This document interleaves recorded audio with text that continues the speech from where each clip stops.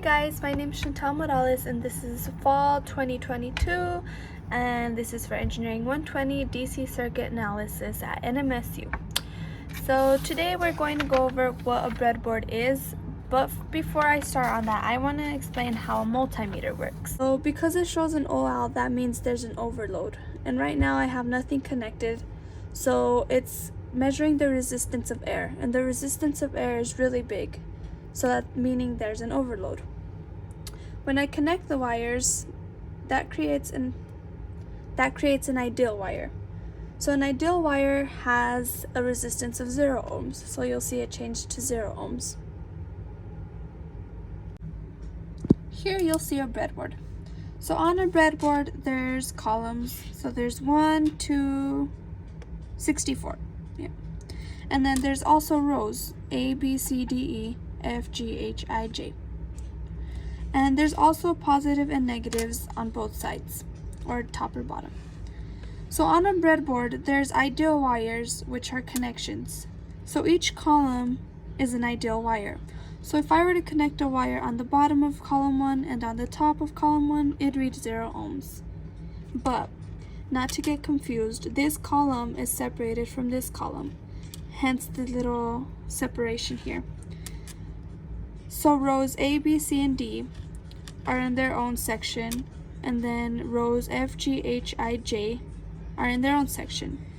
So for instance, I can be connected to row C, column 35, but if I move down and I connect a wire on row H, column 35, there would be no connection.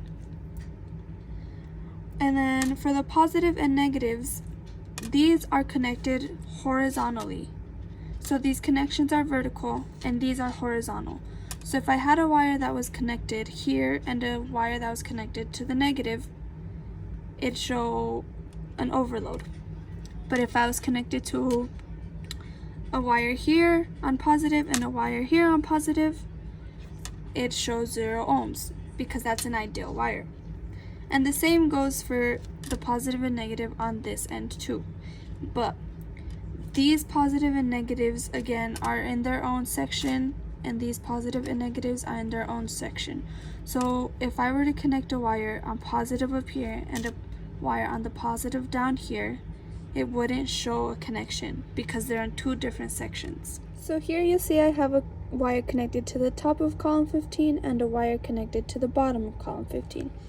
So that's an ideal connection, meaning there's a connection between this column.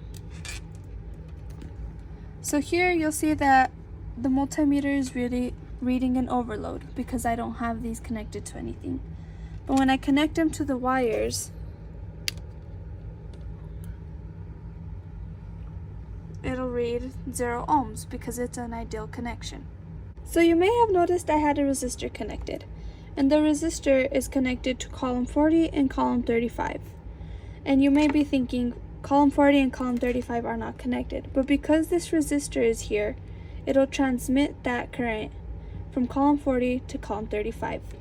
And for reference, this resistor measures 5 kilo ohms, which should measure around 5 kilo ohms.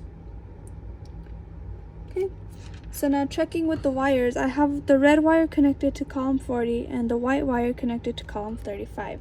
So that should measure, again, around 5 kilo ohms. Now not to get confused, the columns on the middle of the breadboard are connected vertically, but the rows are not connected vertically, they're connected horizontally. So for example, here I have a wire on positive and a wire on negative on the same column, but they won't read anything because these connections are not ideal. So here I have a connection on column 10 and column 5. So because the connections on these columns are vertical, there should be again a overload. And lastly, I have a connection on the positive and another connection on the positive.